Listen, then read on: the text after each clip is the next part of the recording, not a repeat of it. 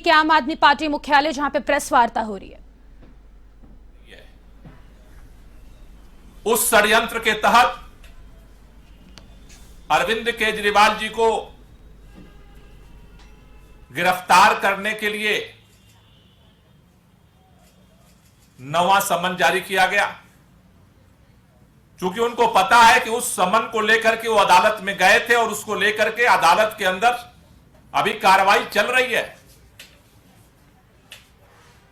वो समन कानूनी है या गैर कानूनी है, इसका फैसला अभी अदालत को करना है। उसके पहले ही इतनी भाजपा की बेचैनी है कि फैसले पर फैसला सुनाई जा रही है। अदालत के फैसले का इंतजार करने का सब्र भारतीय जनता पार्टी को क्यों नहीं हो रहा है?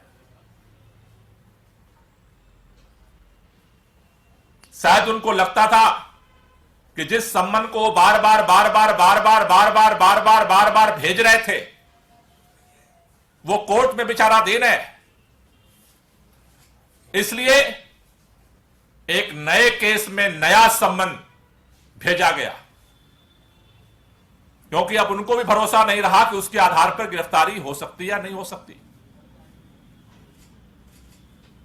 कल एक तीसरा षड्यंत्र शुरू हुआ। कल भारतीय जनता पार्टी ने ईडी से एक प्रेस नोट जारी करवाया और फिर वही पुराना टेप रिकॉर्ड निकाल करके लाए कि 100 करोड़ 100 करोड़ 100 करोड़ 100 करोड़। भारतीय जनता पार्टी के नेता अभी कई पन्ने दिखा रहे थे, मैं उनको केवल एक पन्ना दिखाना चाहता हूं। और कई सारे पन्ने पढ़ नहीं पाए, उनको अफसोस था कि पन्ने में पढ़ नहीं पा रहा हूं, टाइम कम है। मैं केवल एक ही पन्ना दिखा रहा हूं, ये कोर्ट का पन्ना है। कोर्ट ने भी ये स्टोरी जो उस समय चलाई जा रही थी, कोर्ट ने भी कहा कि जो 100 करोड़ का राग अलाप रहे हो ये डिबेटेबल है, इसका कोई साक्ष्य नहीं है। आज भी कोई साक्ष्य नहीं है। लेकिन कल फिर षड्यंत्र करके प्रेस नोट जारी किया गया एक परसेप्शन बनाने के लिए कि अरविंद केजरीवाल भी इस षड्यंत्र में शामिल है। पहला सम्मन जब जारी कर रहे थे तब षड्यंत्र में शामिल नहीं थे। दूसरा जब सम्मन जारी कर रहे थे षड्यंत्र में शामिल नहीं थे। तीसरा सम्मन जारी किए तो षड्यंत्र में शामिल नहीं थे।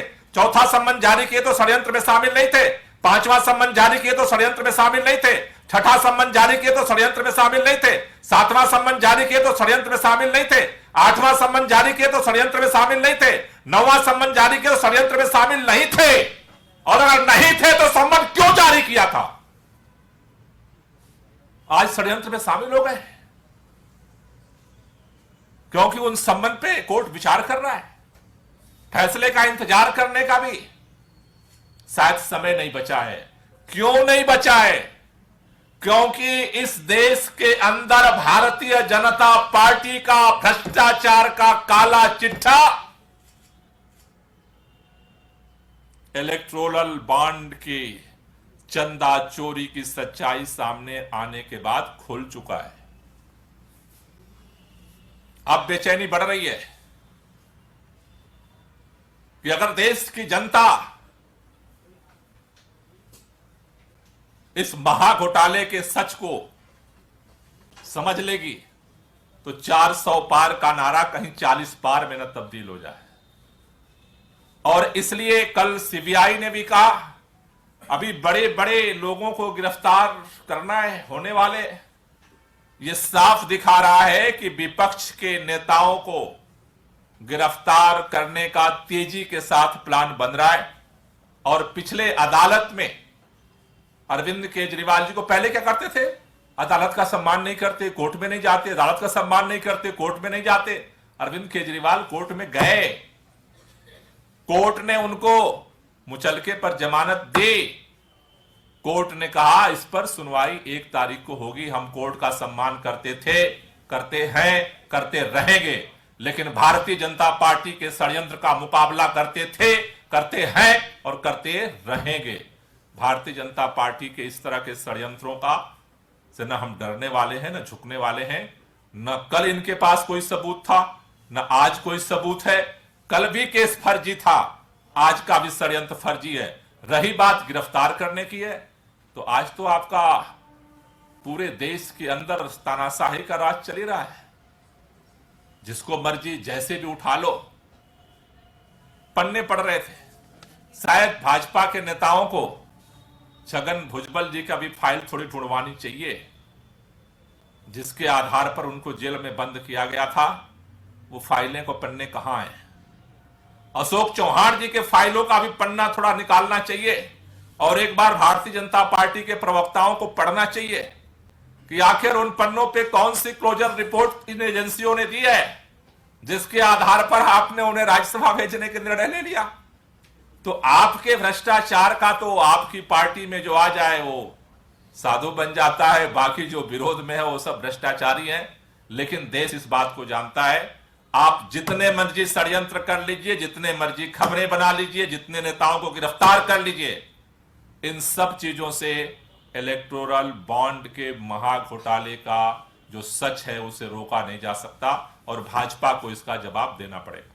कोई क्वेश्चन हो तो ले लीजिए। गोपाल जी, आप लोग लगातार यही सवाल पूछ रहे थे कि अरविंद केजरीवाल को ईडी किस कैपेसिटी में समन कर रही है, तो अब उसका जवाब कल के प्रेस रिलीज में आ गया है कि वो सीधे तौर पे कॉन्स्पिरेटर कहा गया अरविंद केजरीवाल, मनीष सिसोदिया को।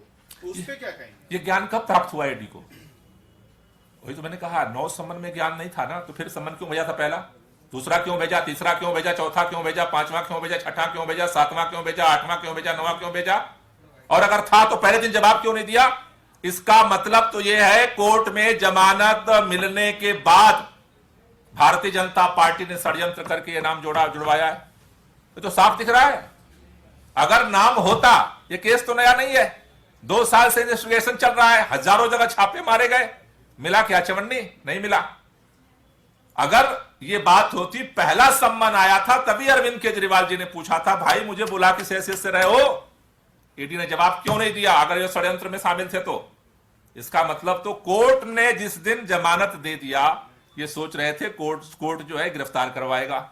अब वहां से रास्ता बंद हो गया, तब यह नया षड्यंत्र हुआ, नया ज्ञान प्राप्त हुआ, ब्रह्म ज्ञान आया होगा कहीं से। गोपाल जी, आप कह रहे हैं कि अरेस्टिंग होने वाली है, साजिश रची जा रही है। अब अगला आपका क्या प्लान है कैंपेन को लेकर, क्योंकि सामने लोकसभा चुनाव है, और साथ ही साथ दिल्ली सरकार कैसे चलेगी, दोनों के लिए क्या प्लान है आपका? देखिए, सारा प्लान है, जैसा मैंने कहा कि इनके हर षड्यंत्र का जवाब हमारे पास है, और हर षड्यंत्र का जवाब देंगे समय आने पे। Gopal ji, world air quality की रिपोर्ट आई है, उसमें दिल्ली विश्व की सबसे पॉल्यूटेड राजधानी किया है। अभी मैंने उनकी रिपोर्ट का डिटेल तो नहीं देखा है कि किस टाइम पीरियड का उन्होंने एनालिसिस किया है वर्ल्ड वाइड, लेकिन हमने अभी दिल्ली के अंदर जो 2014 से PM10 और PM 2.5 इन 2 पैमानों पे दिल्ली की एयर क्वालिटी को मापते हैं हम, उसका हमने एनालिसिस किया है, और दिल्ली के अंदर लगातार उसमें गिरावट दर्ज की जा रही है। 2014 में जो PM10 की मात्रा थी, उसमें पिछले साल 23 तक का जो रिपोर्ट है उसमें लगभग 32% की गिरावट आई है, प्रदूषण कम हुआ है। PM 2.5 में 29% की गिरावट दर्ज की गई है। पिछले साल 2022 में और पिछले 2023 में जो आंकड़े हैं, 2022 में PM10 का जो एवरेज था पूरे साल का, हाँ, वो जो है वो 2